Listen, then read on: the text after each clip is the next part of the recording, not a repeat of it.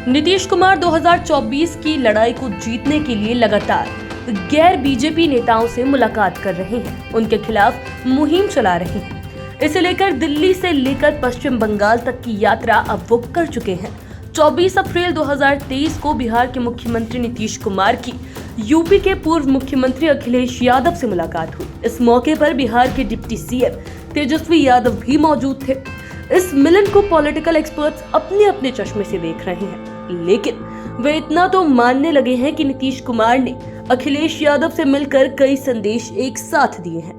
ऐसे में आज हम आपको 5 PM के 5 का तड़का में नीतीश कुमार के उन 5 बड़े संदेश के बारे में बताएंगे जो उन्होंने अखिलेश यादव से मिलकर दिए हैं। सबसे पहले बात करते हैं 5वें नंबर की। नीतीश कुमार ने अखिलेश यादव से मिलकर न केवल नरेंद्र मोदी को मैसेज दिया, बल्कि उन्होंने यूपी के मुख्यमंत्री योगी आदित्यनाथ को भी मैसेज दिया है कि 2024 की लड़ाई वे हल्के में ना ले। नीतीश कुमार जब अखिलेश यादव से मिलने के दौरान मीडिया को संबोधित कर रहे थे तो उन्होंने सीधे नरेंद्र मोदी पर निशाना साधा। उन्होंने कहा कि केंद्र की बीजेपी सरकार को केवल प्रचार से मतलब है, केवल वो प्रचार में लगे हैं, इसे काम से कोई मतलब नहीं है। वहीं अखिलेश यादव ने भी कहा कि आज लोकतंत्र काफी संकट में है। दरअसल सपा की यूपी में बीजेपी से लड़ाई है और बिहार में ये लड़ाई महागठबंधन के साथ बीजेपी की है। महागठबंधन में जेडीयू और आरजेडी एक साथ और इनके अलावा अन्य दल भी शामिल है। ऐसे में दोनों की मुलाकात के यूपी के सियासत में कई मायने हैं और इस मुलाकात के जरिए नीतीश कुमार ने फिलहाल बीजेपी के खिलाफ एकजुटता के मजबूत संदेश दिए हैं। अब बात करते हैं 4थे नंबर की। नीतीश कुमार के बारे में तो आप जानते ही हैं कि वे कुर्मी समाज से आते हैं और अखिलेश यादव के जरिए अब यूपी में अपनी सियासत का विस्तार कर रहे हैं। इतना ही नहीं, वे इसके जरिए कुर्मी समाज को भी एकजुट करने की कोशिश में लगे हैं। बता दें कि यूपी में कुर्मी समाज की अच्छी आबादी है और ये भी सच है कि बिहार से ज्यादा कुर्मी समाज के लोग यूपी में पॉलिटिकल रूप से एक्टिव है। 2022 के यूपी चुनाव के आंकड़े को देखें तो ये पाते हैं कि वहां इस बार 41 कुर्मी विधायक जीते हैं। इनमें से 27 विधायक बीजेपी गठबंधन से जीते। इनमें अकेले बीजेपी से 22 विधायक शामिल है, तो वहीं 13 कुर्मी विधायकों ने सपा गठबंधन से बाजी मारी। एक विधायक कांग्रेस पार्टी से जीतकर सदन पहुंचे। 2017 की तुलना में बीजेपी को काफी लॉस हुआ।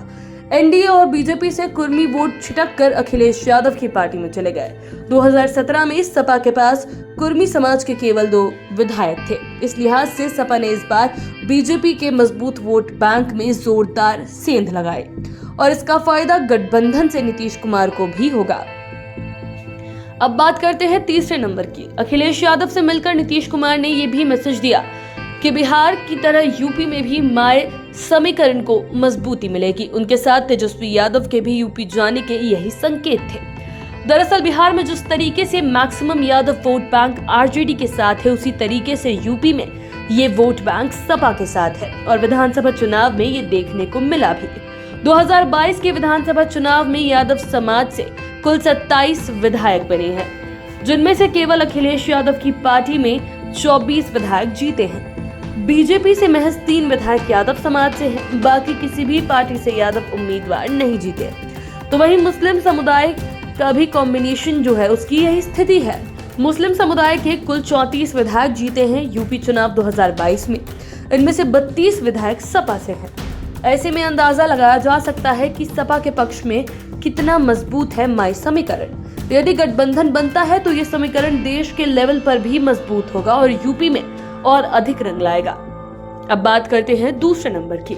अखिलेश यादव से मुलाकात के जरिए नीतीश कुमार ने ये मैसेज दिया है कि अब कांग्रेस को भी खुलकर आना चाहिए यूपी में। दरअसल यूपी में सपा और कांग्रेस में बहुत अच्छे संबंध नहीं है और इस मुलाकात पर कांग्रेस की तरफ से चुप्पी बंधी हुई है। हालांकि राहुल गांधी ने 22 अप्रैल 2023 को नीतीश कुमार से मिलकर बड़ा संदेश दिया कि वे बीजेपी को सत्ता से हटाने के लिए कुछ भी कर सकते हैं और इस संदेश को अब यूपी में भी कांग्रेस को समझने की जरूरत है। और जिस तरह बिहार में कांग्रेस महागठबंधन में खुलकर शामिल है, उसी तरह यूपी में भी उसे खुलकर आना होगा। हालांकि पॉलिटिकल एक्सपर्ट्स कहते हैं कि ये टेंशन राहुल गांधी की है और वे समय पर सही निर्णय लेंगे। अब बात करते हैं 1 नंबर की। बिहार में इस बात पर जोरदार बहस चल रही है कि योगी मॉडल अच्छा है या नीतीश मॉडल। दरअसल बिहार की बीजेपी इकाई लगातार ये कह रही है कि यहाँ भी योगी मॉडल लागू होना चाहिए, जबकि जेडीयू शुरू से कहता आ रहा है कि नीतीश कुमार के मॉडल के आगे योगी मॉडल फेल है। अब तो आरजेडी समेत वाम दलों के लोग भी कहने लगे हैं कि नीतीश मॉडल और बिहार मॉडल ही बेस्ट है। वाम दलों के महाधिवेशन में तो कांग्रेस की प्रतिनिधि के रूप में आए पूर्व केंद्रीय मंत्री सलमान खुर्शीद ने कहा था कि अब तो नीतीश कुमार को चाहिए कि पूरे देश में बिहार मॉडल लागू हो। नीतीश कुमार ने महागठबंधन में आकर बहुत अच्छा काम किया और इसकी पूरे देश में प्रशंसा हो रही है और अब नीतीश कुमार के जरिए यूपी में भी बिहार मॉडल की हवा पकड़ने लगी है। तो आपने 5 बातों में जाना कि नीतीश कुमार और अखिलेश यादव के मुलाकात के क्या मायने हैं। आप ऐसे ही और वीडियोस के लिए चैनल के साथ बने रहें। अगर इस वीडियो को फेसबुक पर देख रहे हैं तो पेज को लाइक करें, यूट्यूब पर देख रहे हैं तो चैनल को सब्सक्राइब करें। धन्यवाद।